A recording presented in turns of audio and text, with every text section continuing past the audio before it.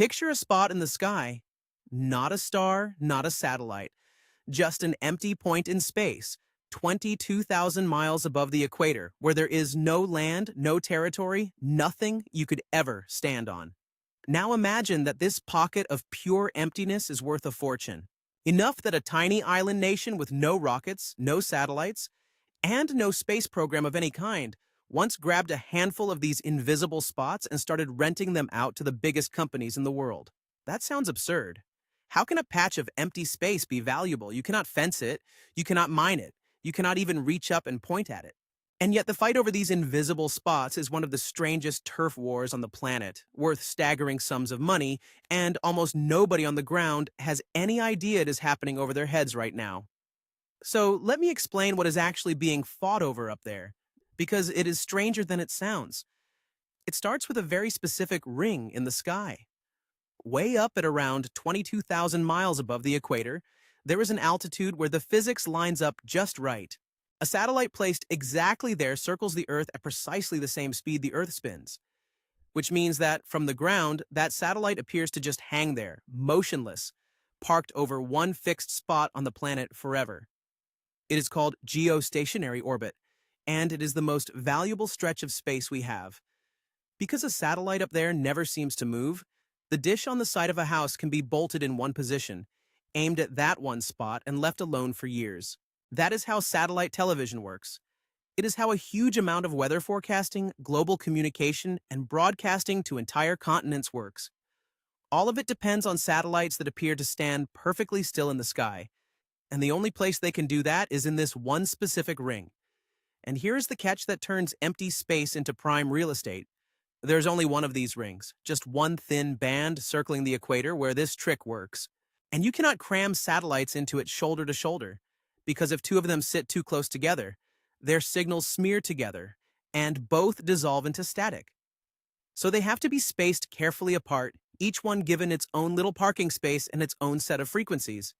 Add it all up, and that ring only has room for a limited number of usable slots, a finite number of parking spaces, in the most useful piece of sky in existence, with the entire world wanting in. Which raises the obvious question. If these slots are so valuable, who owns them, and how do you get one? The answer is genuinely strange. Nobody owns space. There is an international treaty that says outer space cannot be claimed by any country, the way a nation claims land. So no government can plant a flag on a slice of orbit and call it theirs. Instead, the parking spaces get handed out by a global referee, an international body that coordinates who gets which slot and which frequencies, so that everyone's satellites do not interfere with each other. And for a long time, the rule that referee used was beautifully, dangerously simple. First come, first served.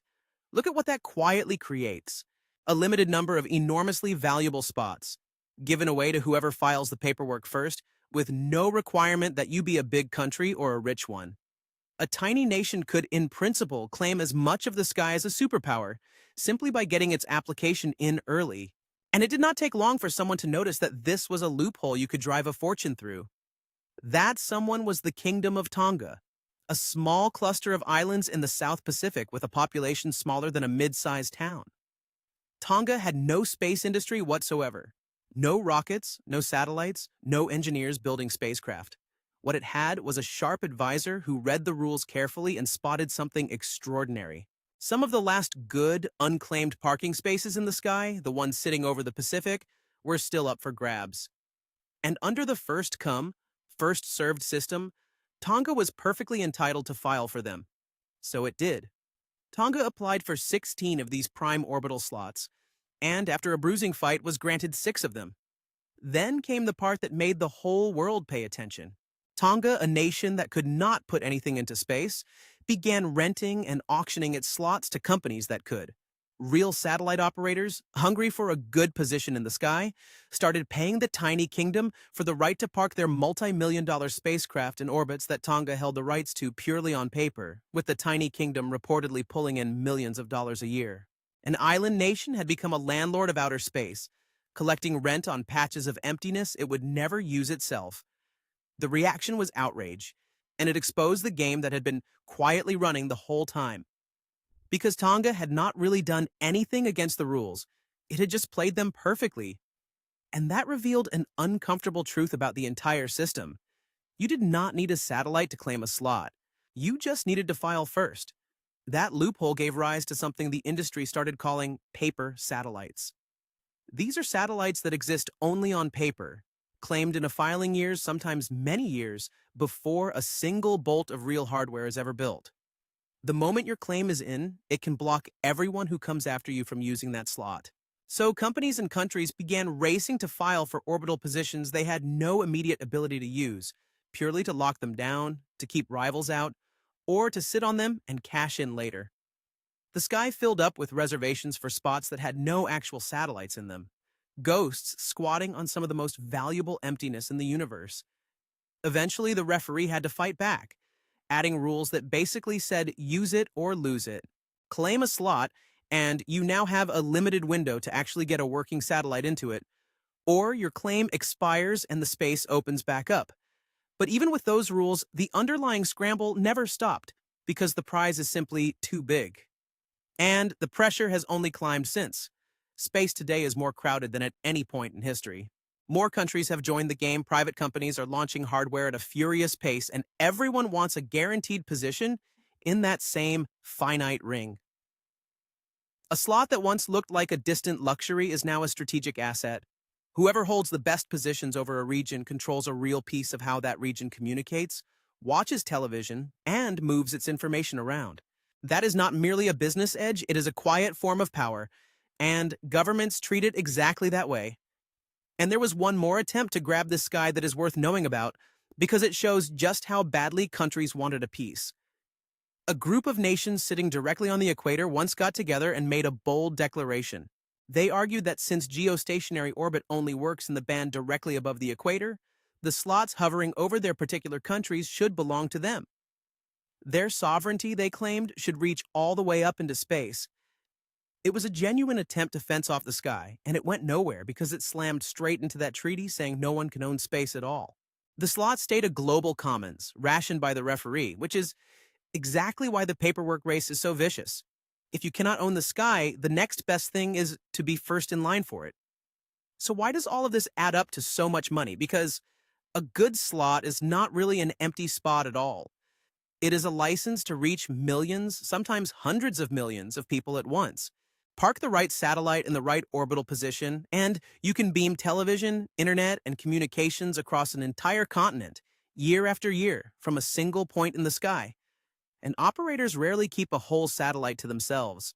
They lease out its capacity piece by piece, renting slices of one spacecraft to broadcasters, phone networks, and governments at the same time.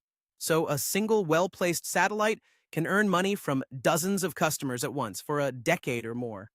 The parking space, the frequencies, and the position over a valuable region can be worth staggering amounts, with prime slots and the businesses built on them changing hands for enormous sums. And as space gets more crowded with more countries and more companies desperate for room, the value of a guaranteed spot in that one perfect ring only climbs. So look at the strange thing we have built up there. There is a ring of nothing 22,000 miles up that no one is allowed to own, that you can never touch, that contains no land and no substance of any kind. And it is among the most valuable and bitterly contested pieces of real estate connected to our planet. We turned pure emptiness into property. We drew invisible parking spaces in the void, handed them out to whoever asked first, and watched tiny nations grow rich renting out spots in space they never visited. The emptiest thing you can possibly imagine, fought over like gold, simply because there is so little of it and everyone needs it at once. The next time you see a satellite dish bolted to the side of a building, pointed at a fixed patch of sky, remember what it is really aimed at. Beyond the satellite itself, it is locked onto a piece of the most exclusive and invisible real estate humans have ever claimed. An empty parking space in the heavens that somebody, somewhere, is paying a small fortune to hold on to. All right, that is the story of the most expensive nothing in the universe. If your brain enjoyed that little short circuit where empty space turned into prime real estate, like on the video, genuinely helps more of these strange money stories reach curious people like you. I have also got a question I would love your take on. Now that you know a tiny island once rented out empty spots in space, does that strike you as brilliant, or as something that should never have been allowed? Drop your verdict in the comments and stamp your country in there too, since I am always curious how far these videos travel. And if the invisible systems quietly running the modern world are the kind of thing you love having pulled apart, then go ahead and tap subscribe, so the next strange one lands on your feed on its own. Thanks for floating through this one with me, and I will leave you with a thought. Somewhere above your head, right now, a piece of empty space is worth more than the house you are sitting in.